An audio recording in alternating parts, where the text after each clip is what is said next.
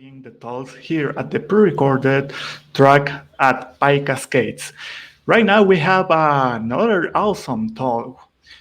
The name of the talk, the title is Enhancing Civics Data with Elasticsearch, Pandas, and Eland with Jay Miller, who is a developer advocate at Elastic. Hey Jay, how are you doing? I'm doing good. How are you? I'm great, enjoying this event, and it's awesome. All the talks, and of course, the speakers here and our attendings are awesome people as well.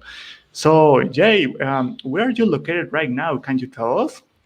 Yeah, I'm in San Diego, and I will definitely agree. Like, this has been a great conference, the best virtual conference that I think I've participated in on getting involved in all the talks and everything. So, great work on that. Yeah, it is really awesome. And it is fantastic that there is a lot of people all around the world.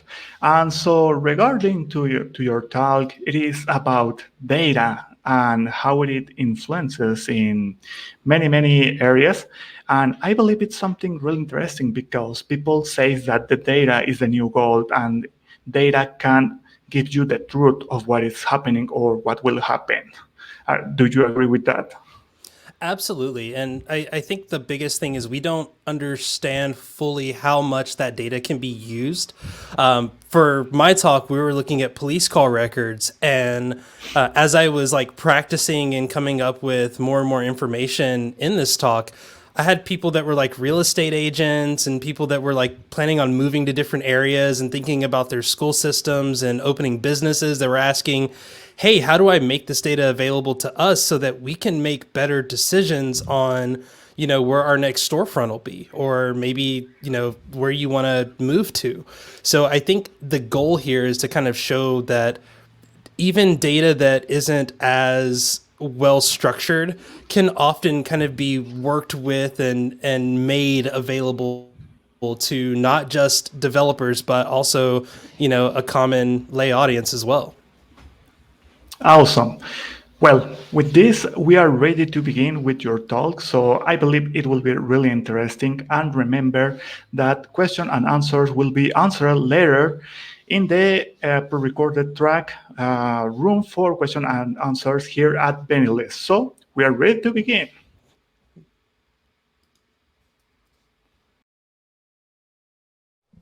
Hi, everyone, and thank you to PyCascades for giving me an opportunity to talk about something that has been a bit of an interest for me for the last couple of years.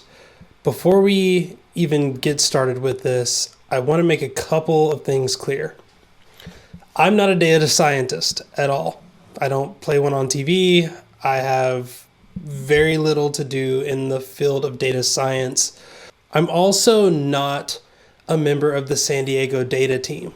So none of this information here has been created by me. I am just making it presentable. And lastly, I don't work in any of the industries that could give you a better understanding of how to use this data. So we're not going to even try. Simply put, no numbers here were modified or edited by me. No assumptions will be made. I have zero control in how this data is acquired and processed. And some of the values that I did find, I even found to have issues with. And those bits of data are not pertinent to this talk, nor will they be brought up at all. So now that that's clear, my goal here is to make data readable for people who can make those real decisions and to get a glimpse of data over time so that folks that have the ability can analyze and come to great conclusions, or to make that data available to people even outside of the policing industry, such as real estate, education, and many of the other areas. So, in the words of many of the different characters in one of my favorite movies, Spider-Man Into the Spider-Verse, let's do this one. A few years ago, the RIPA, the Racial Identification Profiling Act, was enacted in California, and it required that police districts of a certain size had to report on the racial and gender-based data of each and every police stop that was conducted. Warning, the results are what you would expect. Studies show that in 2019, both blacks and Hispanics were much more likely to not only be stopped, but to be searched, detained, handcuffed, and ordered to exit out of their vehicle than their white counterparts. Also, they were at greater risk of having force used against them. And of course, it even breaks into gender, where I will read it directly. Overall, transgender and gender nonconforming individuals were searched 4.5 times the rate at which officers searched cisgendered females and 2.2 times the rate at which officers searched cisgender males. Despite large differences in search rate, discovery rates for transgender nonconforming individuals were similar to the discovery rate of cisgendered individuals. So therefore, we noticed that, yes, it appears that there would be some bias in terms of race or perceived gender identity in terms of how police were handling these stops. Because many cities have public open data, I decided, since I live in a city that was a part of this Racial and Identification Profiling Act, I would look up the information to see if I could glean any specific information detailing my area. Sadly, yeah, there's a lot. In fact, there are 11 different data sets, all covering the same stops, making it really hard to get a single viewpoint based on one particular piece of data. So I decided to use the power of Python and look at some data. Okay, so the first thing that I wanted to do was go over to the San Diego Open Data Portal and download all their content. This was easy to do. As I mentioned before, most of the major cities in the US have open data portals. So a quick search, San Diego Open Data Portal, and voila, we have one. Then I wanted to find the police data. That was pretty simple as well. You just go to departments, there it is. Okay, so once we're in our data set, we're going to be looking for 3 pieces of data here. We're going to be looking at our police calls for service, mostly because we wanted to be able to examine some form of data. We want to look at the call type definition. We're going to join that data together to make it a little bit more understandable. And then lastly, we're going to get the police beats so that we can map out what beats are responsible for. Now, I'm not going to go through and download everything. It's already been downloaded. It's sitting in our folder where our notebook is handled. And I do give you the tools needed to download this yourself if you would like to, so feel free to. But for this case, it's already been downloaded for the sake of simplicity. The first problem that we run into is that our data is in a CSV file. So the first thing that we do is we import pandas. We're going to run a read CSV on our call types because we're going to need access. So we're also going to build some helper scripts here to make sure that our data is consistent. And I mean that not in terms of we're changing the data. Over the past several years, there have been modifications to how the call types were logged. Sometimes they were logged as ints, sometimes they were logged as strings, sometimes they were logged as a combination of the two, and sometimes they were logged as floats. So we're going to do a lot of work to make that information consistent. We're actually going to let pandas do that work in a few minutes, but we need to build these individual helper, functions here to make that cleaner and easier to work with. Now that we have those added, we're going to load in our police call. For this example, I'm only going to load in the 2021 data, mostly because it's still a lot of information, and I would rather not start to lag my computer out by loading the almost 4 million records that are in the police call data set. So we load that data in. It's a good 48,000 records. And let's just take a look at this data. There we can see it, incident number, time of day, all that information that we saw over here. Now that we have that data loaded in, what we can do is we're going to actually create a new data frame binding or merging those two data sets, our call types and descriptions and our actual call records. This will look exactly the same as our call records, except for wherever there's a call type, if it has been defined according to their system, then we'll now have a description of what that call actually was and not its short name. So we're going to explain what this one-liner is doing piece by piece. The first thing that we're doing is we're calling this merge here. So we're merging our data frame with the call types. We're only going to add the call type and the description, and we're going to merge on the call type value. That way we don't have those unnamed 2, 3, and 4 values that appeared in our data sets.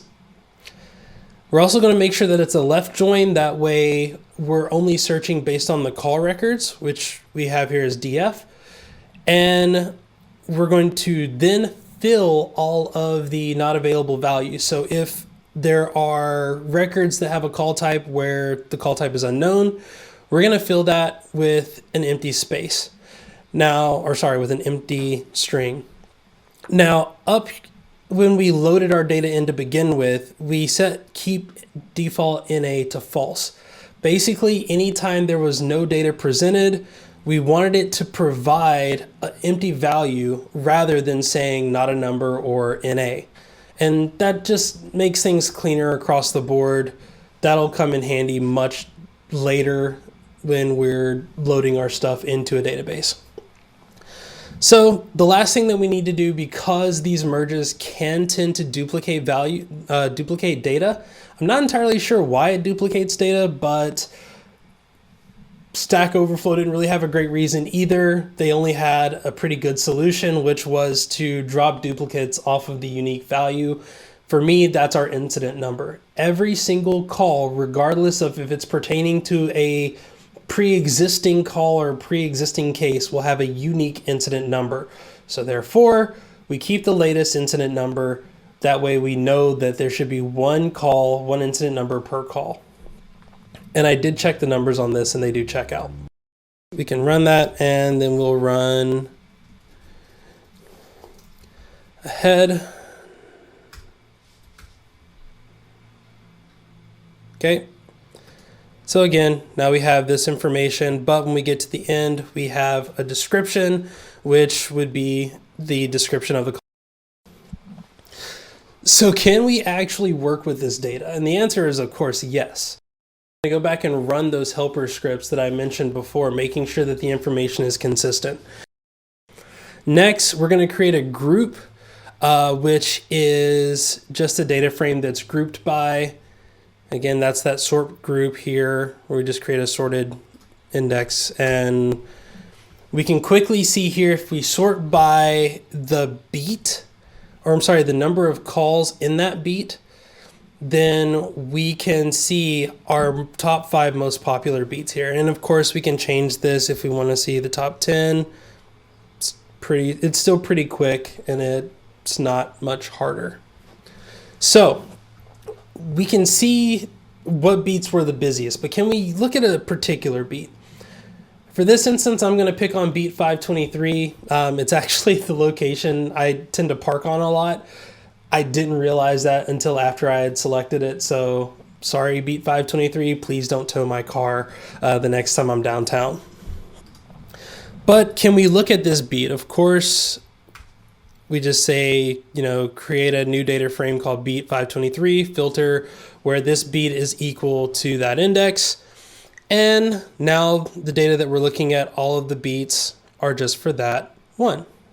Illegal parking, I promise that wasn't me. So what about the busiest intersections of beat? All of the primary calls that are on a street tend to have an address road primary, but an address road intersecting is empty. So where there is an address road primary and an address road intersecting, we know that that's an intersection. It's on the corner of 5th and F. One of the struggles that I ran into a lot during this presentation trying to make sense of this data was how you could accurately pinpoint locations. You see, we're dealing with police calls, and not to make light of it, but oftentimes accuracy is sacrificed for speed and relevancy. We want to make sure that the police officers have the information in as fast as possible. And if they're off by a couple of street numbers, or not street numbers, but the actual like address road numbers, then that's a little okay. 510 F Street, and it was actually 512 or 515, not a big deal. You can usually figure out what's going on there as long as your police officers are being aware of the situation and also looking to figure out how to resolve that information as fast as possible. So that does present a problem for us because we can't rely on specific coordinates. Also, we're dealing with historical data.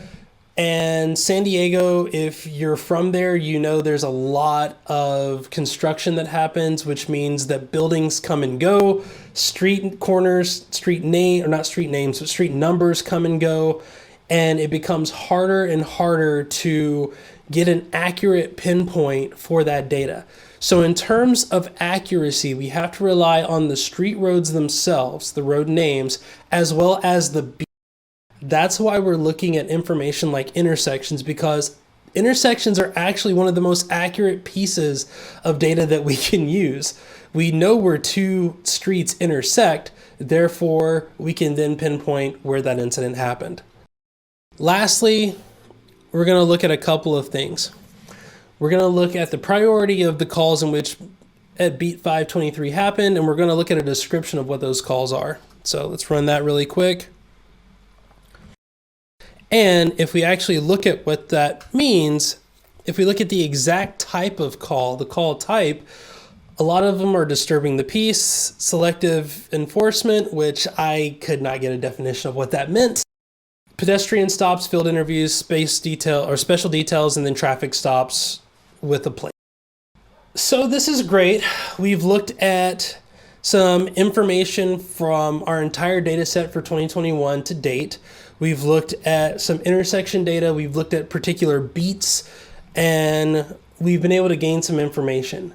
But as you can see, every time I wanted to get a piece of information, having to figure that information out required some type of function. And if you wanted to provide this information to someone with relative ease, you would have to load all this data into memory. And we're just working with the 50,000 records from 2021. We're not talking about the millions of records from the past, 7 years. So how do we create a system that allows us to go back and search across a larger data set and visualize this data to make it much easier to understand and digest? This is where we enter Elasticsearch. But why? Well, it kind of solves a couple of the problems. One, Kibana, which is a visualization tool that gives you kind of a UI view into your Elasticsearch data, also provides a lot of other visualization tools, which we'll be looking at. It also allows you to offload a lot of that storage and processing power to a server if you're using something like Elastic Cloud. Let's look at the idea of uploading some of this data. Now I'm going to show you how I would upload a single year, but we're going to actually look at the data as its whole from its entirety, dating all the way back from 2015. So now we're going to look at a traditional way of loading data into Elasticsearch using Python. The first thing that we do is we import Elasticsearch and we import a helper module called bulk. Bulk basically allows you to run bulk commands, the default being create, and we're going to load that into our instance here, into our Elasticsearch host. The next thing we're going to do is we're going to run this bulk command using an index name and the action, which is to take that data frame and turn it into a dictionary. By default, when you're loading in your Elasticsearch data, it loads it in as JSON, but the Python module knows how to operate with a dictionary, so we're going to load it as a dictionary with the to value being 2 records. And if we want to see what the 2 records look like, or the toDict function looks like, let's run this really quick.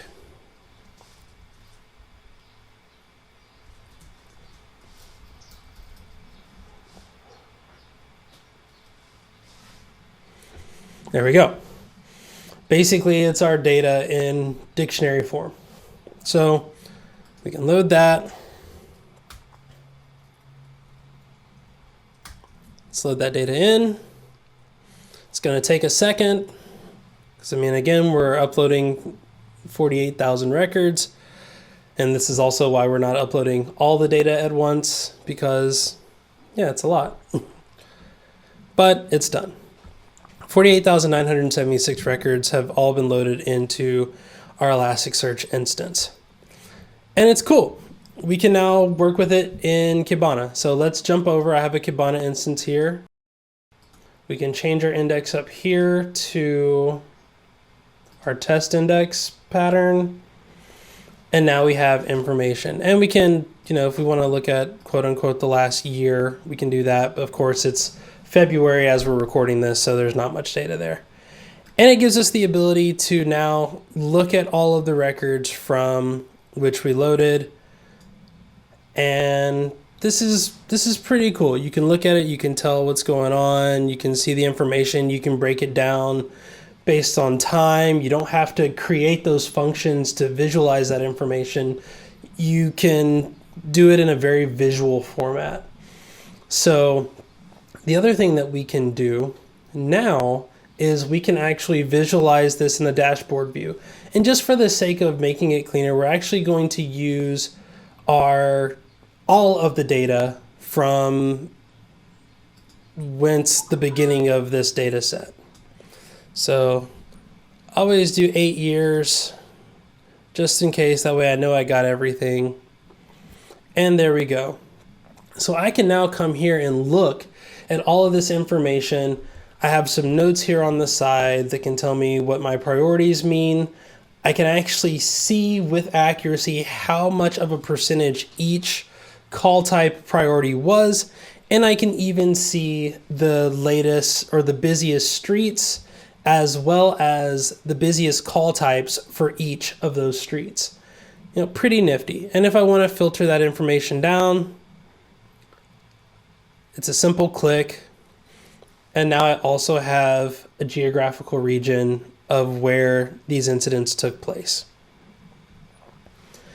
So this is great.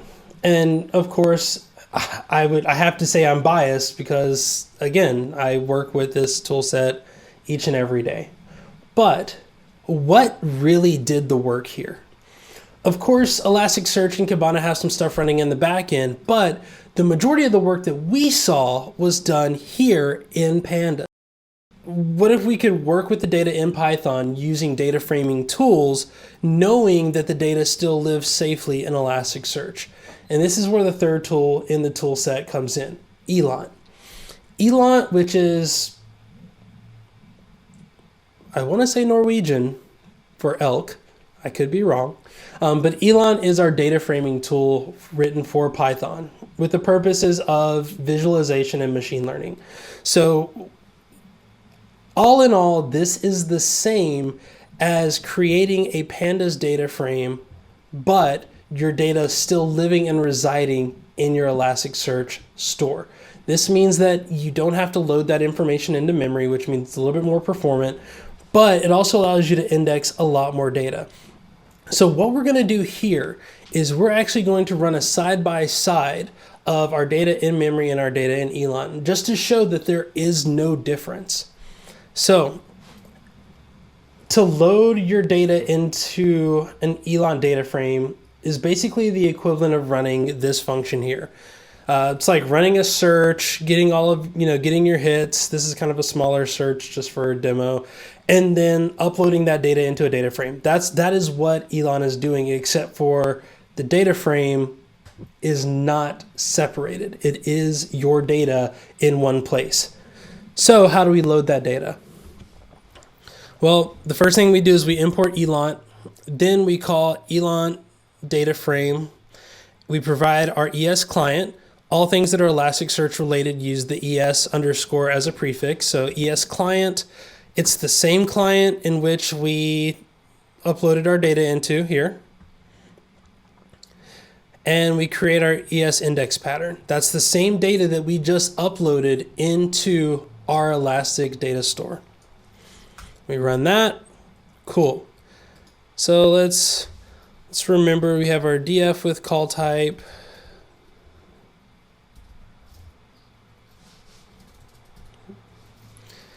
Let's run that. If we run that, we see we get a total of 48,976 rows. Now let's run EDF, and I actually create a new one here.